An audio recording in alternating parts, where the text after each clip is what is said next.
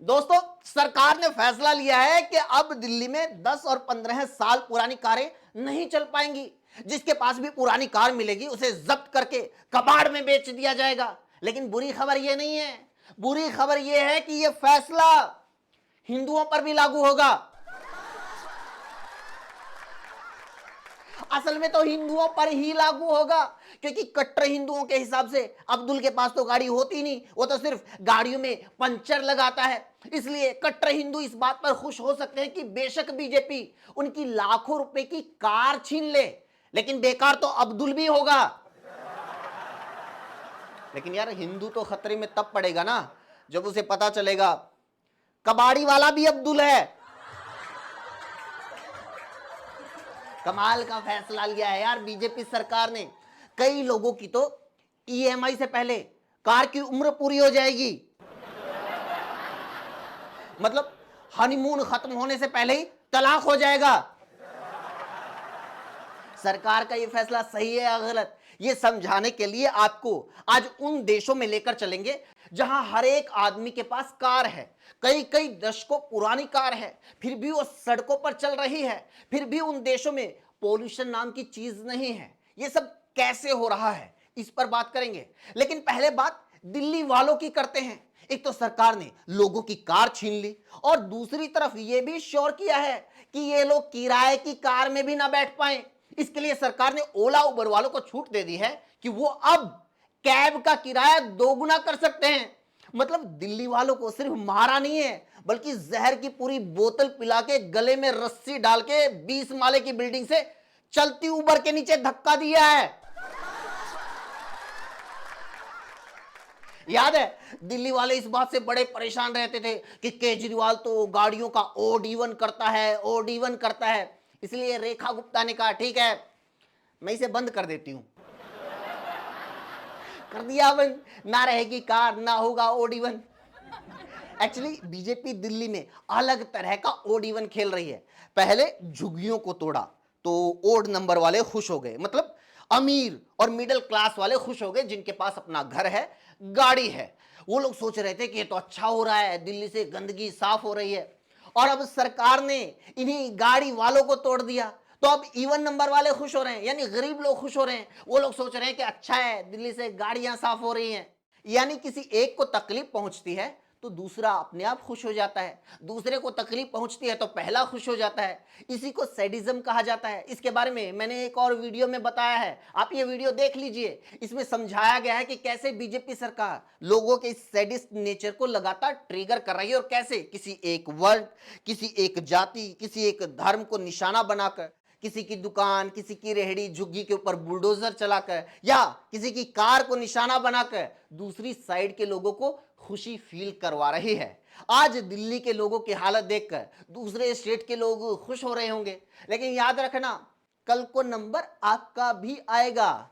दिल्ली की नई car policy को कुछ लोग ये बोलकर डिफेंड कर रहे हैं कि नहीं नहीं, सरकार का नहीं, ये फैसला तो एनजीटी यानी नेशनल ग्रीन ट्रिब्यूनल का है।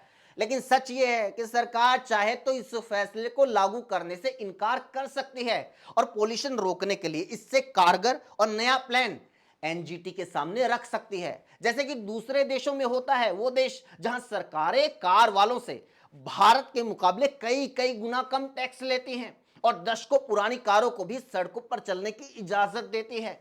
मेरे एक दोस्त हैं सतीश गोयल, वो पोर्टुगल, जिसे हम पुर्तगाल कहते हैं, वहां रहते हैं। ये वो देश है जहां 1000 लोग रहते हैं तो उनके पास 500 से ज्यादा गाड़ियां हैं, यानी आधे से ज्यादा आबादी के पास अपनी गाड़ी है। हर एक अडल्ट पर्सन के पास अपनी गाड़ी है। जबकि दिल्ली में मुश्किल से 20% लोगों के पास, 5 में से 1 आदमी के पास गाड़ी है।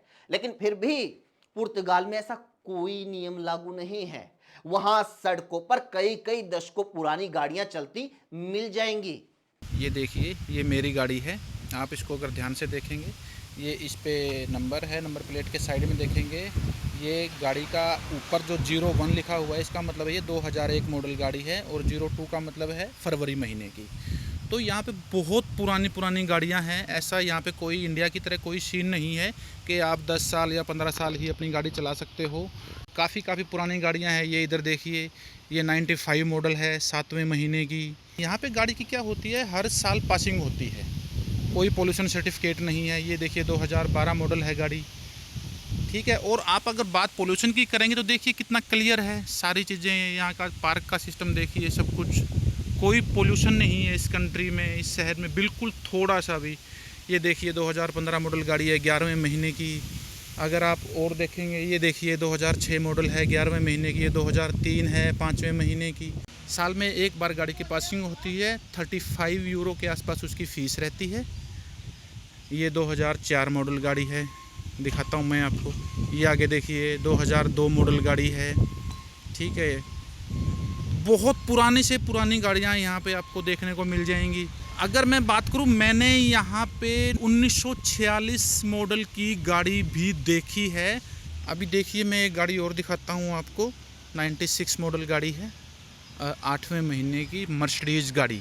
ये देखिए, ये देखिए।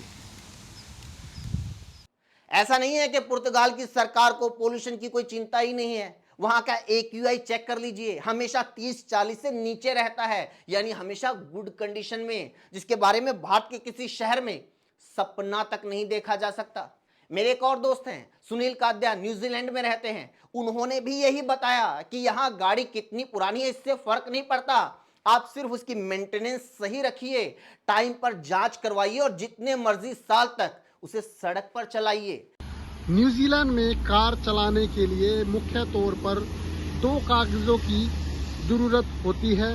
पहला कागज़ रेजो, जिसको रजिस्ट्रेशन बोलते हैं, और दूसरा कागज़ वोफ यानी कि वारंट ऑफ फिटनेस।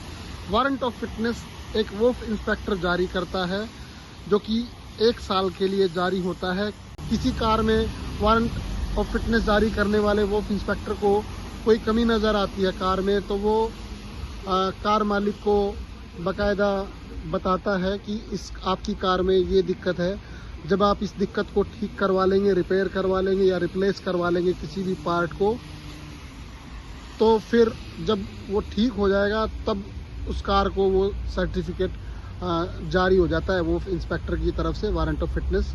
न्यूजीलैंड, पुर्तगाल और लगभग सभी विकसित देशों में, उन तमाम देशों में जहां एनवायरनमेंट को लेकर सरकारें सच में बहुत ज्यादा सख्त होती हैं, कहीं भी आप देख लीजिए ऐसा रूल नहीं बनाया गया जैसा भारत के लोगों के ऊपर थोप दिया गया। उस भारत में जहां लोगों को 10 लाख रुपए की गाड़ी 16 लाख रुपए में खरीदनी पड़ती है, 25 लाख रुपए की गाड़ी 50 लाख में खरीदनी पड़ती है, क्योंकि 60% से लेकर 100% तक टैक्स थोप दिया जाता है। GST 28%, cess 15%, road tax Delhi में 10%, इसके अलावा रजिस्ट्रेशन, इंश्योरेंस पर अलग से टैक्स, फास्टैग, हैंडलिंग, हर बार पेट्रोल डीजल भरवाओ तो उसके ऊपर 40% टैक्स, रोड पर चलो तो टोल टैक्स इतना लिया जाता है हमारे देश में कि दिल्ली से चंडीगढ़ की ट्रिप मारो तो 1000 रुपए लग जाते हैं। भाई इतने रुपए के तो हमारी गाड़ी के टायर नहीं घिसते, इससे ज्यादा नितिन गडकरी की सड़क घिस जाती है। मतलब विकसित देशों में भारत के मुकाबले कई गुना कम कार वालों से टैक्स लिया जाता है, पेट्रोल डीजल के ऊपर भी कम टैक्स होता है और कई गुना कम टोल टैक्स लिया जाता है। फिर भी हम 10 साल गाड़ी चला सकते हैं और उन देशों में 50-100 साल तक वो लोग अपनी गाड़ी को चला सकते हैं, क्योंकि हमारे देश में गाड़ी की कंडीशन को नहीं, गाड़ी होने को ही पोल्यूशन का कारण मान लिया गया है। जबकि पोल्यूशन को रोकने के लिए तमाम दूसरे कदम उठाए जा सकते हैं, जैसे कि PUC यानी पोल्यूशन अंडर कंट्रोल सर्टिफिकेट को सख्ती से लागू किया जाए। किसी ऐसी गाड़ी का PUC ना बने जो एक लिमिट से ज्यादा कार्बन छोड़ रही हो, जबकि हमारे देश में ये चेक होता ही नहीं। आप सेंटर पर जाओ, 100-200 जो भी फीस होती है वो दो और सर्टिफिकेट बनवा लो। पुरानी गाड़ियों को स्क्रैप करने की बजाय इलेक्ट्रिक वाहनों को बढ़ावा दिया जा सकता है। उसे टैक्स हटा लीजिए, उन्हें सस्ता कर दीजिए। 2-4 साल में लोग अपने आप पेट्रोल डीजल छोड़कर इलेक्ट्रिक कारें खरीद लेंगे। और गाड़ियों से पहले इंडस्ट्री के पोल्यूशन, कंस्ट्रक्शन के पोल्यूशन और उड़ती धूल को कंट्रोल कीजिए। पब्लिक ट्रांसपोर्ट को और मजबूत कीजिए। दिल्ली जैसे शहरों में भीड़ और आबादी को कम करने के लिए कदम उठाइए। और भी ऐसे हजारों कदम हैं जो कारें बैन करने से पहले उठाए जाने चाहिए। लेकिन अगर मकसद ही नई गाड़ियों की सेल बढ़ाकर ऑटोमोबाइल कंपनियों को करोड़ों का मुनाफा दिलाना हो, तो कोई इसके बारे में सोचेगा ही क्यों? आप तो सोच सकते हैं। इसी के साथ वीडियो में इतना ही दोस्तों। आप लोगों की इस पूरे मसले के ऊपर क्या कुछ राय है जरूर बताइए, क्योंकि ये तो आपसे जुड़ा हुआ, सीधा आपसे जुड़ा हुआ मुद्दा है। कमेंट कीजिए और लोगों तक पहुंचाने के लिए, लोगों को अवेयर करने के लिए ये वीडियो को शेयर कीजिए। हमसे जुड़ने के लिए चैनल को जरूर सब्सक्राइब कीजिए, बेल आइकन को भी जरूर प्रेस कीजिएगा। Thank you.